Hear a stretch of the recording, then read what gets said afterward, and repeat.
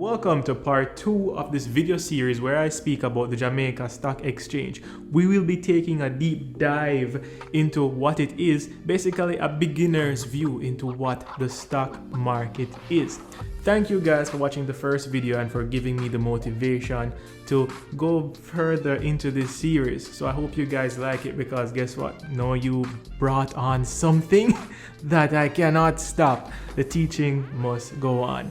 If you guys like the content so far, please like, share and subscribe, and just tell everybody about this, everybody who is going to be interested in this type of content. Without further ado, my name is Demetress Fairman. I speak about personal development, and for now we'll be touching on stocks. So let us continue where we left off. Continuing this presentation, I will get my information from the JSC guide. I have it typed up here right on my laptop, so if you guys see me glancing, that's what I'm looking at. In the previous video, we left off on what is a share. We have two types of shares. We have the common stock and we have the preferred share. So a common stock, known as an ordinary share, basically is the share or the stock that all of us on the market currently have. It is the most common, popular, as the name states, ordinary share. And they have characteristics that make them an ordinary share. 4 of them are stated right here. So they have the right to receive dividends if and when these are declared by the board of directors. It is possible that the shareholders may not receive any dividends if the company performs poorly. So basically, as an ordinary shareholder, you have the right to a dividend, but only if and when it is declared by the board of directors. Number 2 is the right to vote at meetings or vote as a shareholder at meetings. Yes, we can vote, but as it says, or as it's known, majority counts. So the amount of shares you do have will dictate the amount of votes that you can put forward in those shareholder meetings. Number 3, the right to claim a portion of the company's undivided assets. So basically, any assets, and you know that assets is anything that gives you money, and liability anything that take money out of your pocket.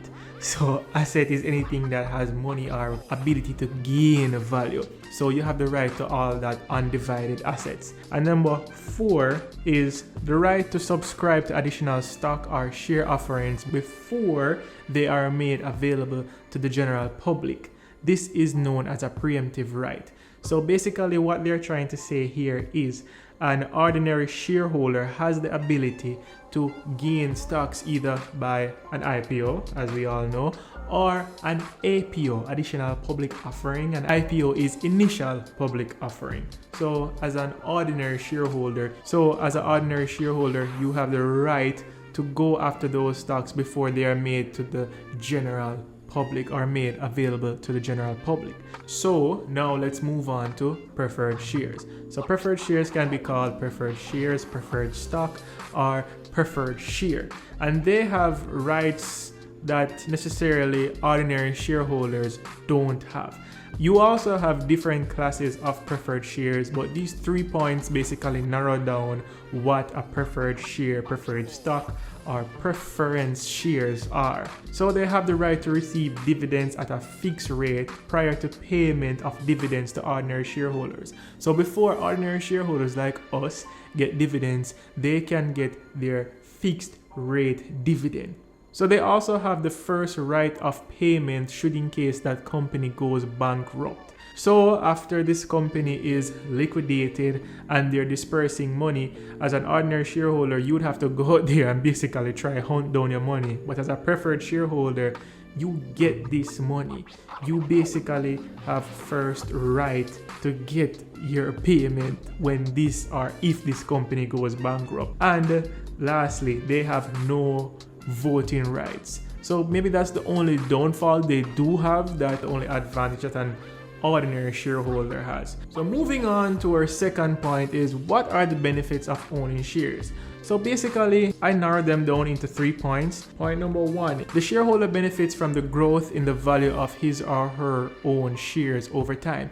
Basically, if you buy something cheap, and you hold it until it appreciates in value and asset, then when you sell it, you sold it more than what you bought it for, so it appreciates in value. Point number 2, the shareholder can receive income through dividends declared from time to time and paid by the company's directors. So dividend, basically, we'll touch on it further down in the next point, but is when a company makes too much money and then just give you a percentage of their profit in which they state in their prospectus. And lastly, the shareholder gets the opportunity to participate in the continuing development of companies in which they invest. The involvement of shareholders helps the companies and strengthens the economy.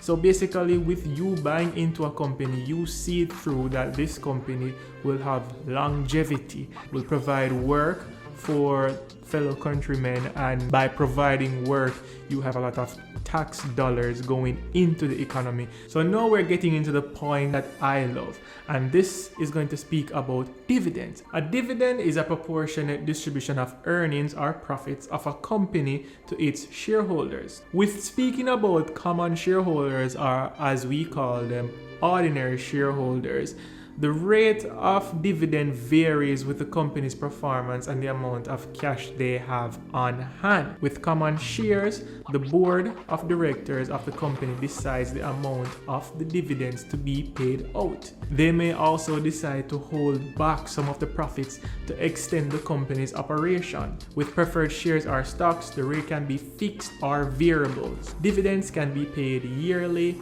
half yearly, or quarterly. So why would a company even do this? Why are you going to go through all the time to build your company from the ground up, then to just give it out to the public and hope that they support you by buying shares, and then you have to pay them by giving them dividends also? It seems like a lot of benefits, but what are the benefits for the company? Why not just bake your cake and eat it too? Well, basically, companies issue shares to raise capital or money. A company may need startup capital to repay debts or to expand. A company may also want to widen its ownership base. When you buy shares, you enable a company to carry on business using your money. The number of shares which a company is authorized to issue is set out in articles of incorporation and can only be increased with the consent of shareholders in a general meeting. So basically, when you've exhausted all your potential, you need more money to boost the business, to go into other sectors, to go overseas, to do whatever you please with the business. You then have to take the money to the public for more capital. Because let's face it, if you need to move your business from point A to point B and the only thing holding you back is cash, then why not just go on the market, use their money, basically like a bank loan, use their money, let them invest in your business, and then you just propel it further. That's basically what they're doing. So a company gets immediate benefit from going on the stock market and from us buying their shares. But why do we even buy them in the first place? Well, people buy shares for different reasons. However, the principal reason is to get the best returns on our investment, whether over the long term or short term. The hope is that someday the stocks or the shares that you bought will be worth more, and that people will offer you more than what you paid for them. With every investment, there comes a risk. And don't think this is different. Stocks come with risk. Owning shares come with risk. And every investment has an element of risk. And buying and selling shares is not an exception. Anyone who buys and sells shares should be aware of that. Although the value of each share can go up, especially over the long term, the value can also go down. It depends, among other things, on the performance of the company, the value that investors and the general public place on owning the company's shares, and on general economic conditions within the country. No one, and I mean no one, can guarantee success in the market. However, the possibility of success can be improved if before investing in shares, you do these steps. Number 1, collect and study as much information as humanly possible about the stock in which you intend to invest. Number 2, seek professional help from a broker or somebody that's qualified within the field. So none from me, at least not yet. Number 3, learn how to read basic financial statements that are issued by the company, either on the stock exchange or any publications that those company makes. So basically all those balance sheets, all those expense and income and liability statements, just make sure type in that on YouTube, how to read these balance sheets, how to read these financial statements, and learn how to analyze it and get sentences from numbers. And after you learn how to actually read those financial statements, now you have to develop the habit, because that is where most of the information is.